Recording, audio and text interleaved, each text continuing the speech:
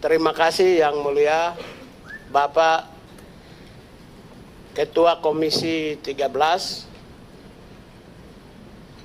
Pak Willy Aditya, fraksi Partai Nasdem yang saya hormati.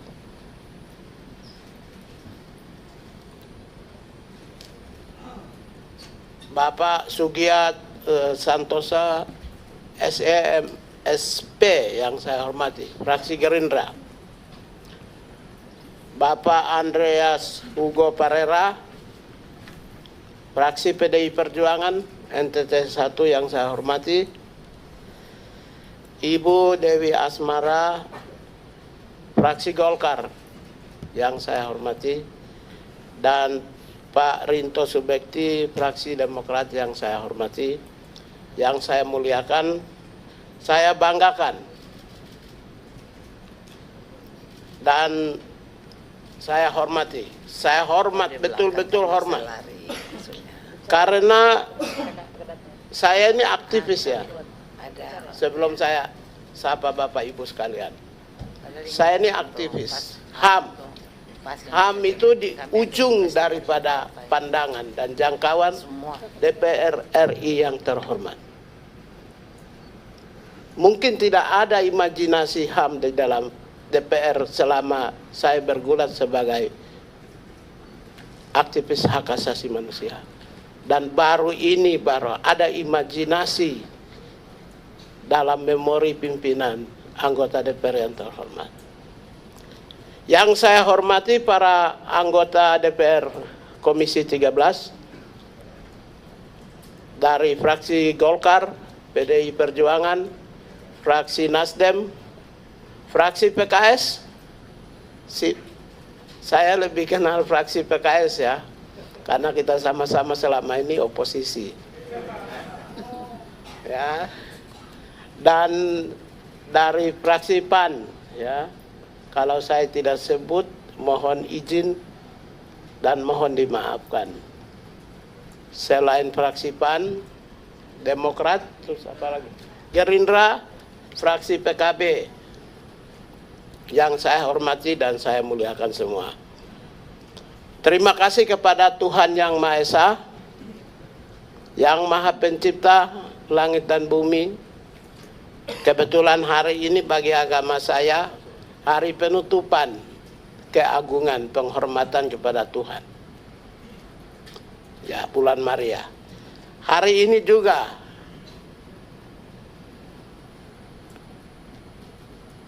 saya mendapatkan anugerah sebagai menteri. Sesuatu yang tidak mungkin bagi seorang aktivis jalanan. Hari ini juga DPR RI mengangkat citra dan nama hak asasi manusia di seantero Republik Indonesia. Karena selama saya menjadi pimpinan Komisi Hak Asasi Manusia, hanya 3 kali dipanggil di DPR yang mulia ini. Ya. Oleh karena itu ketika ada pernyataan saya disambut langsung oleh pimpinan Bapak Willy Aditya dan Bapak Andreas Hugo Parera sebagai pimpinan, saya hormat. Mewakili semua aktivis hak asasi manusia, saya menghormati dengan tulus, dengan hati yang mulia. Terima kasih. Bapak pimpinan dan para anggota yang terhormat, nama saya sudah terkenal seantero Republik. Tapi hari ini saya dikenal karena saya punya vision, saya punya mission, bukan karena saya merusak. Oleh karena itu nama saya Natalius Pigai, Menteri Hak Asasi Manusia. Selanjutnya karena kami Kementerian Hak Asasi Manusia lebih demokratis Pak Pimpinan, dan masing-masing diberi panggung untuk memberikan kebebasan ekspresinya, minimal memperkenalkan diri. Silakan Pak Wakil memperkenalkan diri. Baik, terima kasih Pak Menteri. Assalamualaikum warahmatullahi wabarakatuh. Salam sejahtera bagi kita semua. Om Swastiastu, Namo Buddhaya, salam kebajikan. Yang saya hormati dan saya muliakan Bapak Ketua Komisi 13 DPR RI, Pak Willy Aditya, yang kebetulan juga adalah kawan saya waktu di Jogja dulu. Yang saya hormati juga para pimpinan Komisi 13 dan juga seluruh anggota Komisi 13. Izin memperkenalkan diri, nama saya Mugianto, Bapak Ibu sekalian, yang ditunjuk oleh Bapak Presiden menjadi Wakil Menteri Hak Asasi Manusia. Demikian, wassalamualaikum warahmatullahi wabarakatuh. Silakan masing-masing memperkenalkan, dimulai dari Pak Dirjen, silakan. Mohon izin seizin Pak Menteri, Pak Wamen. Bismillahirrahmanirrahim. Assalamualaikum warahmatullahi wabarakatuh. Selamat pagi, salam sejahtera untuk kita semua. Yang mulia, pimpinan anggota Komisi 13 DPR RI, memperkenalkan diri, saya Dahana Putra, Direktur Jenderal Hak Asasi Manusia, Kementerian Hak Asasi Manusia. Terima kasih.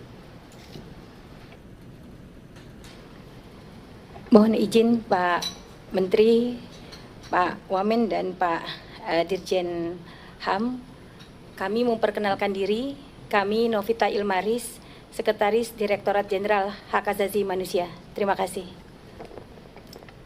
Bismillahirrahmanirrahim. Assalamualaikum warahmatullahi wabarakatuh. Selamat pagi, salam sejahtera, Om Swastiastu, Namo Buddhaya, salam kebajikan, Rahayu, Rahayu. Mohon izin Pak Menteri, Pak Wamen, Pak Dirjen, Bu Ses, saya memperkenalkan diri, nama saya Farid Junaidi, Direktur Instrumen HAM, Kementerian HAM. Terima kasih.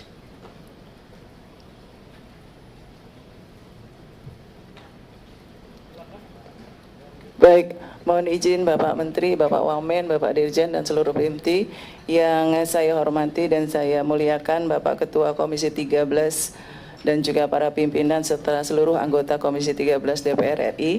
Mohon izin memperkenalkan, saya Gusti Ayu Putuswardani, Direktur Diseminasi dan Penguatan Hak Asasi Manusia. Terima kasih. Assalamualaikum warahmatullahi wabarakatuh. Terima kasih. Mohon izin Pak Menteri, Pak Wamen, Pak Dirjen, dan teman-teman PIMTI, yang terhormat, yang mulia Bapak Pimpinan dan Ketua Anggota Komisi DPR RI 13, izin memperkenalkan diri, saya Dr. Harniati SH LLM, Direktur Kerjasama Hak Asasi Manusia. Demikian, terima kasih.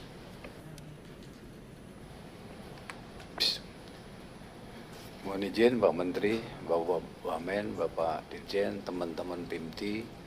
Assalamualaikum warahmatullahi wabarakatuh. Selamat pagi, salam sejahtera bagi kita sekalian. Om Swastiastu.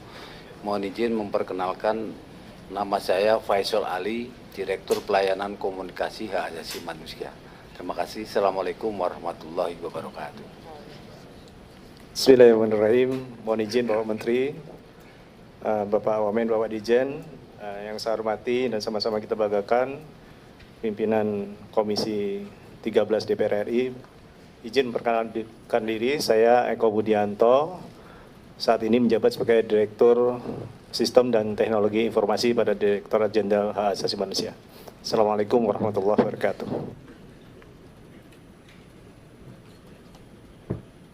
Baik, terima kasih. Itulah para pimpinan, baik itu eselon 1, Pak Dirjen, dan para direktur. Kami di sini yang masih existing itu adalah satu direktur jenderal dibantu oleh beberapa direktur. Bapak pimpinan dan para anggota yang saya hormati, saya mungkin tidak terlalu banyak membaca ya bahan-bahan yang disediakan oleh kami ya, karena saya sendiri berasal dari tukang parkir Pak dulu di Depnaker Transmigrasi Kalibata itu Duren, saya tukang parkir, juru parkir Pak. Setelah itu jadi honor, saya sudah honor jadi CPNS, CPNS jadi PNS, jadi staf, antar surat fotokopi, jadi staf khusus, dapat jabatan struktural fungsional, jadi pimpinan Komnas HAM, sekarang menteri.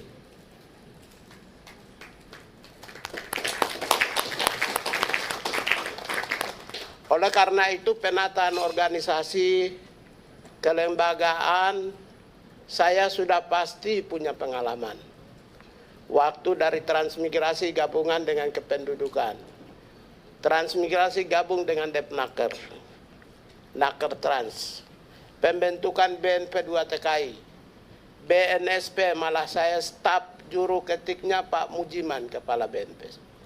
Oleh karena itu, penataan organisasi sudah merupakan bagian dari pekerjaan pribadi saya.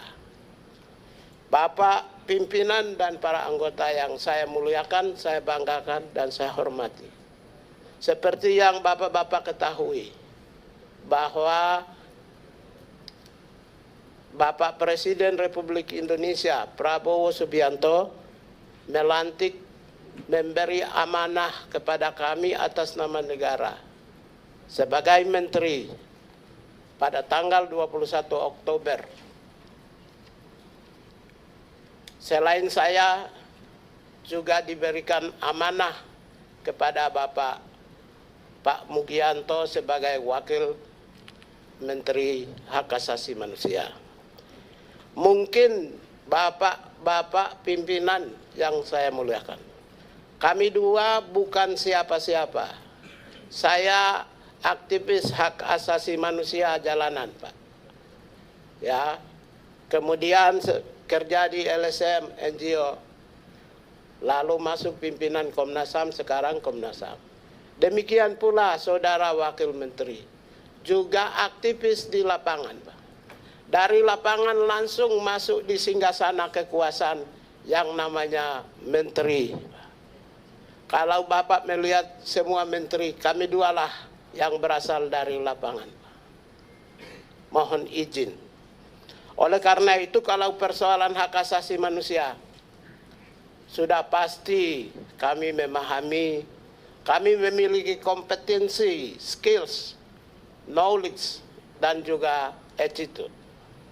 Pertanggungjawaban attitude sebagai pimpinan telah kami tunjukkan dengan berjuta-juta serangan. Tidak pernah ditemukan dari sisi aspek-aspek moral dan mental. Karena semua kami terkontrol di dalam perjuangan kami. Jadi tidak akan pernah ditemukan kekurangan-kekurangan yang sifatnya mental dan moral. Saya bangga hari ini karena saya diserang, karena saya ingin membawa bangsa ini ya menjadi bangsa yang besar dengan melakukan terobosan-terobosan di luar bayangan semua orang, di mana mengangkat hak asasi manusia yang diabaikan di ujung dari kebijakan politik dan pembangunan menjadi masukan dalam sentrum utama kebijakan di Republik ini, Pak. Jadi itu sebenarnya yang membuat saya mengeluarkan sebuah pernyataan yang beyond menggemparkan, mungkin menurut orang menggemparkan. Sebenarnya bagi kami pembela hak asasi manusia, hal yang biasa-biasa saja. Yang menjadi luar biasa, dan kami dibantu untuk memberi kesadaran bagi bangsa dan negara ini. Ketika Pak Pimpinan Komisi 13, Pak Willy Aditya, merespon secara cepat, Pak Andreas Parera pimpinan merespon secara cepat, dan menjadi buah bibir di masyarakat, Pak, dari ujung timur Papua sampai ujung barat Sumatera. Dan itu membesarkan kami, Pak. Di mana ada sambutan positif yang luar biasa oleh civil society. Satu civil society pun tidak memberi kritikan. Mohon izin, satu orang civil society pembela HAM tidak memberi kritikan. Itu menunjukkan bahwa saya mengungkapkan perasaan-perasaan yang paling dalam dari pembela kemanusiaan yang ada di seantero negeri ini. Kami juga terima kasih kepada pimpinan, karena dengan kritikan-kritikan yang sampaikan kepada kami berpandangan via negativa mencapai titik tujuan melalui cara pandang yang berbeda dengan kami, mengantarkan kami menjadi pimpinan. Kami menjadi orang yang hebat, sama seperti yang selama ini. Saya ucapkan terima kasih kepada, saya menjadi menteri bukan karena saya oposisi, tapi karena saya diterpa oleh mereka yang ada di pemerintahan. Jadi saya berpandangan itu sebagai sebuah dinamika. Bapak pimpinan dan para anggota yang saya muliakan, persoalan hak asasi manusia, berbagai indeks menunjukkan kita berada di bawah garis kalau dibandingkan dengan negara-negara yang lain. Saya tidak perlu menyebutkan, karena kalau saya sebut satu persatu akan memakan waktu, baik itu kami sendiri yang mulia pimpinan memiliki tugas lain maupun juga kami sendiri. Oleh karena itu saya hanya mau menyampaikan bahwa berbagai skor, indeks yang dilakukan oleh baik itu civil society, NGO maupun juga lembaga-lembaga resmi menempatkan posisi Indonesia tidak sebagai negara prominent dan unggul di dalam demokrasi. Saya kira fakta-fakta di lapangan sudah bisa menjawab secara kasat mata, bisa juga menjawab secara baik, di mana bapak-bapak adalah mesin-mesin perubahan demokrasi, mesin pengelola demokrasi, di mana pasti ada tantangan-tantangan yang menabrak nilai-nilai demokrasi. Bapak-bapak baru selesai dari pertarungan, sudah pasti menyaksikan apakah demokrasi di negara kita ini berjalan dengan baik atau tidak. Ada yang benar, ada yang tidak benar. Oleh karena itulah sebenarnya demokrasi di bangsa kita ini harus kita bangun dengan visi yang besar. Presiden Republik Indonesia Jenderal TNI Prabowo Subianto telah meletakkan visi demokrasi dan hak asasi manusia khususnya di dalam Astacita nomor 1. Nomor 1 menempatkan membangun Indonesia berbasis hak asasi manusia.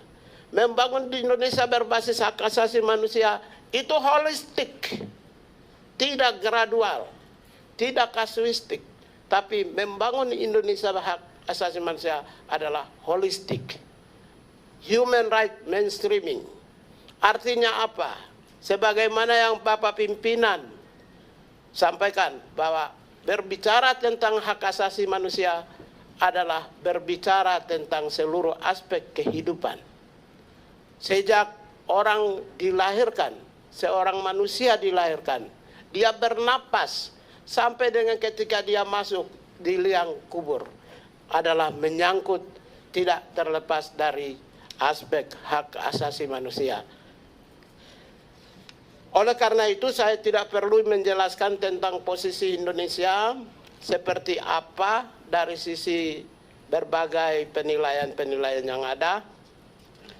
Yang mulia, yang saya hormati bapak-bapak pimpinan dan para anggota Dewan.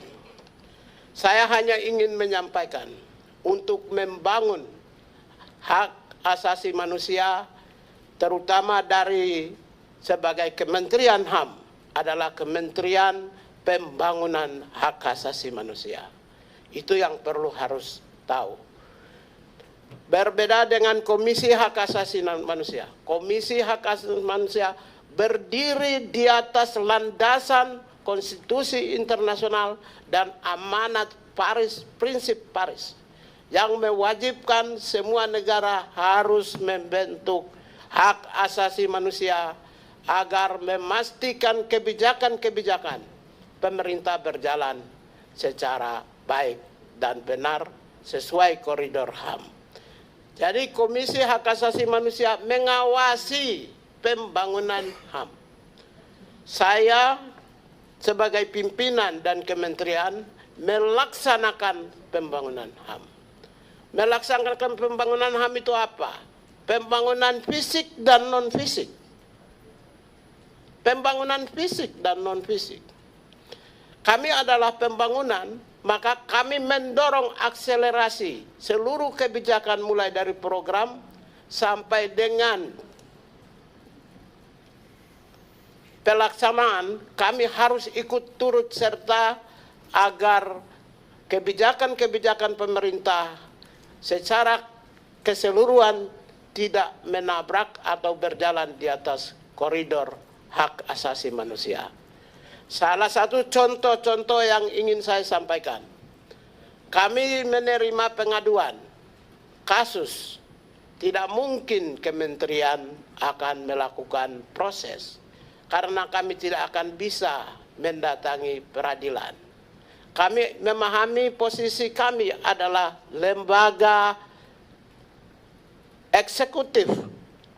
Kita berlandaskan pada trias politika, maka kami tidak akan bisa mempengaruhi proses peradilan yudikatif. Kemudian ketika ditanya, itu Komisi Hak Asasi Manusia bisa. Dia adalah lembaga kuasi judisial. Lembaga kuasi judisial yang bisa memberi pertimbangan-pertimbangan di peradilan. Amicus curiae, bukan amicus curiae, amicus curiae. Ya, dia bisa menjadi mitra peradilan. Berbeda dengan kami. Itu contoh yang saya sampaikan sebagai pembedah antara Kementerian Hak Asasi Manusia dan Komisi Nasional Hak Asasi Manusia.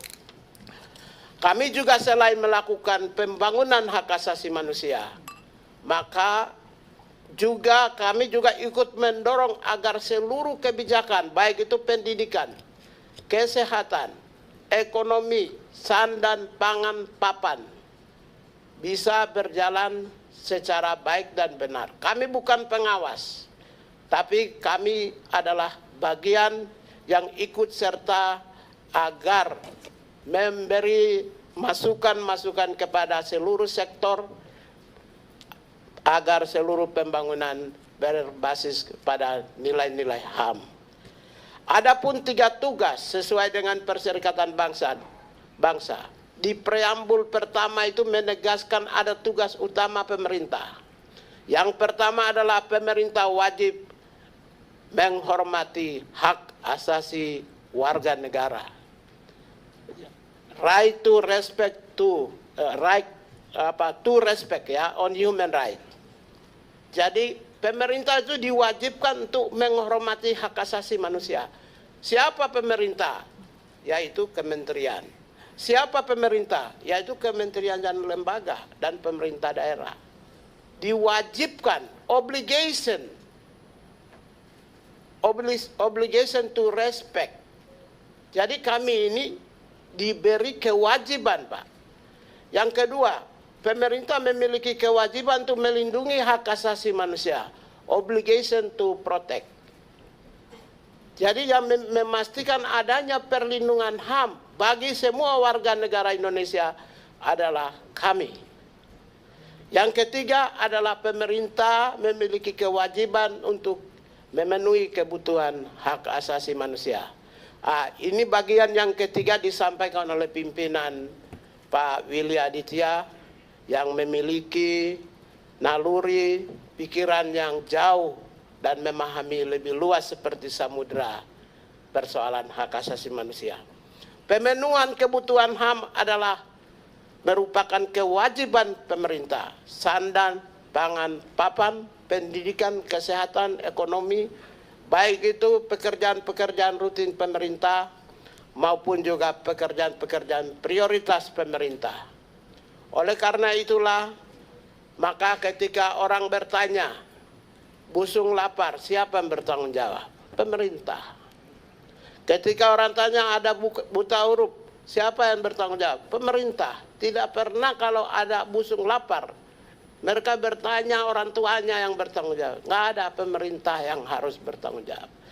Oleh karena itulah, sebagai kementerian kami, sebagai bagian dari eksekutif pembantu presiden, sebagai kepala pemerintahan, maka kami akan memastikan agar seluruh kebijakan yang untuk kemaslahatan bangsa dan negara harus sampai kepada rakyat. Program-program unggulan yang dicanangkan oleh presiden kita untuk 5 tahun ke depan. Kementerian Hak Asasi Manusia tentu akan berada di garis besar, garis depan, frontliner, agar supaya seluruh kebijakan itu sampai kepada ujung orang-orang yang membutuhkan, orang-orang yang layak mendapatkan, orang-orang yang berada di, sekalipun berada di ujung-ujung pembangunan atau ujung daripada pemerintahan. Saya itulah agak sedikit pengantar, dan saya ingin sampaikan laporan singkat Bapak, Pak Pimpinan yang saya muliakan dan para anggota. Kami, sebagaimana saya sampaikan, saya dari staf juru parkir sampai menjadi menteri. Maka ketika saya sebagai menteri dilantik, hari itu juga saya pimpin rapat, Pak. Rapatnya bukan rapat mendengarkan masukan staf, Pak, tapi saya menyusun organisasi langsung.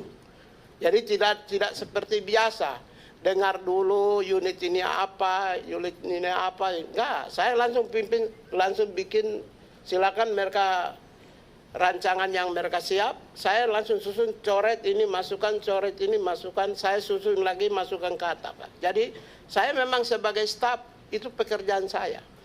Maka sebelum kami ke Magelang, itu kurang lebih hampir 6 atau 7 kali ya kita pertemuan, dan bahan hampir 90% struktur organisasi kami, tugas pokok dan fungsi sudah selesai, Pak. Mungkin saya tidak tahu, saya tidak mau ingin agak membanggakan, tapi saya bangga dengan staf saya. Mungkin kementerian kami termasuk yang paling cepat. Hari ini kami sudah mendapatkan Kepres, peraturan presiden tentang kementerian. Mungkin dalam waktu 2-3 hari ini kami akan mendapatkan permen tentang HAM. Berarti hari Senin atau Selasa saya sudah lantik, Pak, di kementerian baru. Jadi kami laksanakan secepatnya. Orang bertanya, apakah itu bagian dari program 100 hari? Kami tidak punya program 100 hari. Kami punya program emergency condition untuk membangun rakyat, bangsa dan negara selama 5 tahun kalau dipertahankan. Bapak Ibu sekalian, ini saya sampaikan bahwa kami tidak punya program 100 hari. Andaikan kalau saya menyatakan program 100 hari adalah tata laksana revitalisasi organisasi dan pembangunan organisasi dan pengisian staf, maka saya sudah selesai 7 hari, Pak. Nanti kalau 100 hari setelah itu 101, nanti diam semua, Pak. Nggak ada yang kerja. Oleh karena itulah saya menempatkan 5 tahun sebagai kondisi emergensi, dan pasukan saya harus siap melayani kebutuhan rakyat semuanya, sebagaimana tugas yang diberikan kepada kami. Dan adapun saya singkat saja, berdasarkan rancangan kami, Bapak Pimpinan dan para anggota yang saya muliakan, struktur organisasi sudah selesai. Menteri, wakil menteri, kami mendapatkan beberapa eselon 1. Nanti akan jadi partner kerja kita semua. Yaitu ada Inspektur Jenderal, eselon 1 kami dapat, Sekretaris Jenderal, kami dapat 2 Direktur Jenderal, yaitu Dirjen Instrumen dan Penguatan HAM, Dirjen Pelayanan dan Kepatuhan HAM. Lalu Syukur alhamdulillah Pak. Bapak bisa juga mengawasi di lapangan Pak. Tolong sebagai mitra kerja. Kami mendapatkan kantor wilayah Pak, setingkat eselon 2 Pak. Syukur alhamdulillah. Jadi kalau Bapak Ibu turun ke daerah, nah, pasukan saya sudah siap Pak. Maksudnya siap melayani sebagai mitra.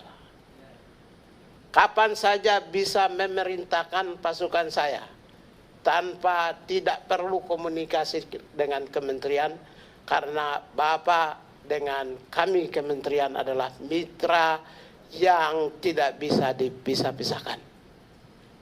Saya akan bentuk hampir semua provinsi kantor wilayah, dan struktur saya sudah siapkan Pak pimpinan.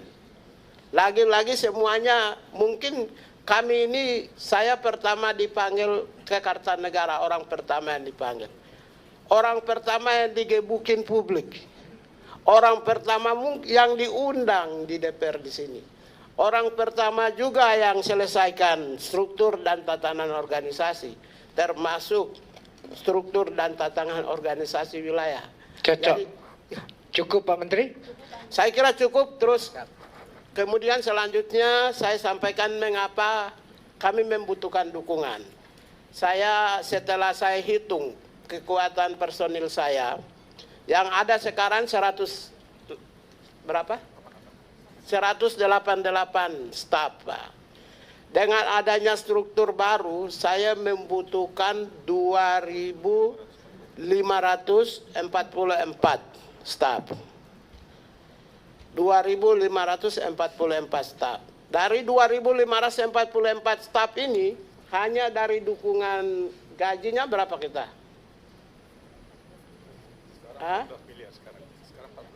Yang 188 ini untuk belanja pegawai 14 miliar Pak. Kalau saya punya staf 2.544, maka hanya untuk gaji dan tunjangan itu membutuhkan lebih dari 1 triliun. Konsekuensi daripada penambahan struktur dan organisasi dengan pegawai, maka hanya gaji dan tunjangan membutuhkan lebih dari 1,2 triliun. Itu untuk gaji dan tunjangan staf. Belum untuk program atau biaya pembangunan. Saya kira adapun satu program saja yang saya ingin sampaikan, selain yang lain sudah dibaca di media tentang universitas. Itu tidak perlu saya jelaskan, Bapak Ibu sekalian dan pimpinan Komisi 13 sudah tahulah. Satu program aja yang saya ingin sampaikan. Saya mau membumikan hak asasi manusia di seantero Nusantara. Saya mau membumikan. Karena program HAM itu adalah program yang menyentuh individu langsung. Berarti program yang menyentuh 280 juta orang. Merubah mindset. Karena itulah saya targetkan 83.000 kelompok, dan saya sudah bentuk tim saya di lapangan 1.007 tim yang siap bekerja, dan nanti di dalam perjalanan kita akan mengorganize pasukan-pasukan kami, dan nanti lebih mudah karena kita bentuk kantor wilayah. Dari 83.000 kelompok yang basisnya itu di perdesaan yang kita siapkan, satu kelompok atau satu wilayah saja kita kasih 100 juta, maka 8 triliun 300 Pak. Itu untuk sosialisasi di masyarakat lokal dan basis bawah. 8 triliun 300. Untuk mencapai 20 triliun, saya punya lebih dari 200 program yang tidak perlu saya sebut. Baru satu program saja sudah 8 triliun 300. Andaikan dengan gaji dan tunjangan yang tadi saya sebut 1,3 triliun, maka sudah 9,5 triliun. Belum lagi program-program yang lebih dari 100-200 program yang saya siapkan. Kalau Bapak pimpinan berkenan, saya bisa bikin lebih dari 1000 program. Terima kasih dan terima kasih. Cukup, Ya. Pak Menteri, kita berikan aplaus dulu.